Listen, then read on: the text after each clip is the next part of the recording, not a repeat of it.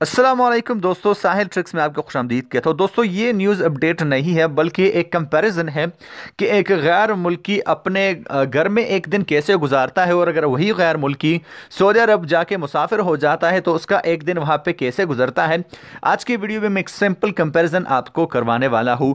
तो दोस्तों, वीडियो को स्टार्ट करने से पहले मैं आपको बता दूं कि मेरा पर्सनल पॉइंट ऑफ व्यू है। मैं ऐसा सोचता हूँ और जितना मुझे पता चला है, जितने लोगों का मुझे पता चला है जो लोग सऊदी अरब गए हैं, वापस आए हैं, जहां उनसे सुना है और जहां तक मैंने पढ़ा है, तो ये मेरा पर्सनल पॉइंट ऑफ व्यू है। आप कुछ भी आपका पॉइंट ऑफ व्यू हो तो नीचे कमेंट बॉक्स में मुझे जरूर बता सकते हैं। तो दोस्तों, आज की वीडियो में हम बात करने वाले हैं कि अगर एक गैर मुल्की अपने घर में होता है तो उसका दिन कैसे गुजरता है, और अगर वही गैर मुल्की जो है वही मुसाफिर होकर सऊदी अरब, दुबई जाता है तो उसका एक दिन कैसे गुजरता है। तो सबसे पहले तो बात करने वाले हैं कि अगर वो अपने घर में होता है तो उसका डेली रूटीन क्या होता है, क्या क्या करता है, तो वो मैं आपको बताऊंगा।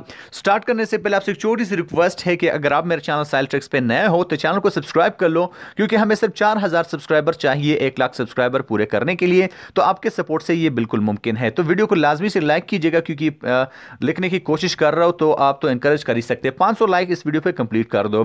तो दोस्तों, चलिए शुरू करते हैं। जब वही गैर मुल्की अपने घर में होता है तो दोस्तों, सबसे पहले सुबह उठने की रूटीन के बारे में बात की जाए तो कम से कम वो 10 बजे तो उठ ही जाता है। अगर उसके पास कोई काम ना हो तो 10 बजे सबसे पहले तो उसको उठा उठा के हम बिल्कुल थक जाते हैं, लेकिन 10 बजे जब उसको उठाया जाता है तो साहिब को नाश्ता तो तैयार चाहिए। वो जब नहा धो के आता है तो उसको नाश्ता तैयार मिलना चाहिए। उसके बाद किसी भी स्पोर्ट्स में, for example cricket, football, volleyball या किसी भी दूसरी स्पोर्ट्स या अपने दोस्तों के साथ निकल जाता है। और साहिब को ये हुक्म देना बिल्कुल आसान लगता है कि जब मैं घर आऊँ तो मुझे ये तैयार चाहिए। तो सपोज घूम फिर कर वापस दोपहर को आ गया तो उसको खाना तैयार चाहिए, और वहाँ पे खाना खाने के बाद या तो वो आराम कर लेता है या फिर भी अपने दोस्तों के साथ निकल पड़ता है, किसी स्पोर्ट्स वगैरह में अपने आप को एंगेज रखता है। और यहाँ पे कम से कम शाम तक तो वो घर लौटता ही नहीं। अपने दोस्तों के साथ सैर सपाटे करते हुए शाम को जब साहिब घर आ जाते तो किसी की मजाल नहीं होती कि उसके साथ बात की जाए या उससे पूछा जाए कि आपने दिन कहाँ गुजारा। तो रात को भी उसको जो चाय वगैरह या रोटी बिल्कुल तैयार से उसके सामने रखने आपको होगी।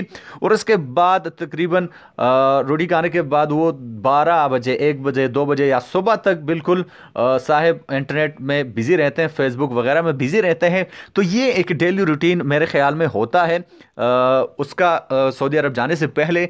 अब ज़रा हम निगाह डालते हैं कि यही बंदा जब सऊदी अरब मुसाफिर होके जाता है तो उसका एक दिन वहाँ पे कैसे गुजरता है। तो सबसे पहले सुबह उठने की बात की जाए तो सबसे पहले अलार्म उसको सोने ही नहीं देता, और कल काम करने की जो स्ट्रेस है वो भी उसको सोने नहीं देता। लेकिन फिर भी अगर 2-3 घंटे नींद कर भी ली तो 5 बजे या अच्छा 4:30-5 बजे तो वो उठ ही जाता है। नमाज पढ़ने के बाद नाश्ता किया या नहीं किया तो काम के लिए वो निकल पड़ते हैं। अब वहाँ पे उसका जो रूम है वो उसी तरह रहता है, उसको टाइम भी नहीं मिलता उसको क्लीन करने का। अब वो तो काम पे चले गए, नाश्ता किया या नहीं किया कोई पूछने वाला है नहीं। अब वो चले गए मैंने ऐसा भी सुना है कि कुछ लोगों का काम बहुत ज़्यादा दूर होता है और जब वहाँ पे चले जाते तो कहते हैं कि वहाँ पे नाश्ता करूँगा, लेकिन वहाँ पे काम इतना ज़्यादा होता है कि उनको टाइम ही नहीं मिलता और वहाँ पे गर्दो गुबार में पड़े रहते हैं काम करते करते। इसी दौरान जो है दोपहर का खाना, उसका टाइम तो आ ही जाता है, आपको खाना तो पड़ेगा, लेकिन ज़्यादा वहाँ पे काम होने के और लोड की वजह से आपको कभी कभी यहाँ पे बिल्कुल खाना टाइम पे तो नहीं मिलता। और अगर आप खाना खाते भी हैं तो आपको खड़े खड़े होकर चलते चलते आपको खाना खाना होगा। बहुत से लोग यही शिकायत करते हैं और बहुत से लोगों से मैंने ऐसा सुना भी है कि बिल्कुल वहाँ पे खाने को टाइम ही नहीं मिल रहा। फिर भी अगर कुछ खुशकिस्मत लोग हैं उनको टाइम मिला और उन्हें दोपहर का खाना खा भी लिया तो दोपहर खाने के बाद, नमाज पढ़ने के बाद फिर से काम में जो है वो लग जाते हैं।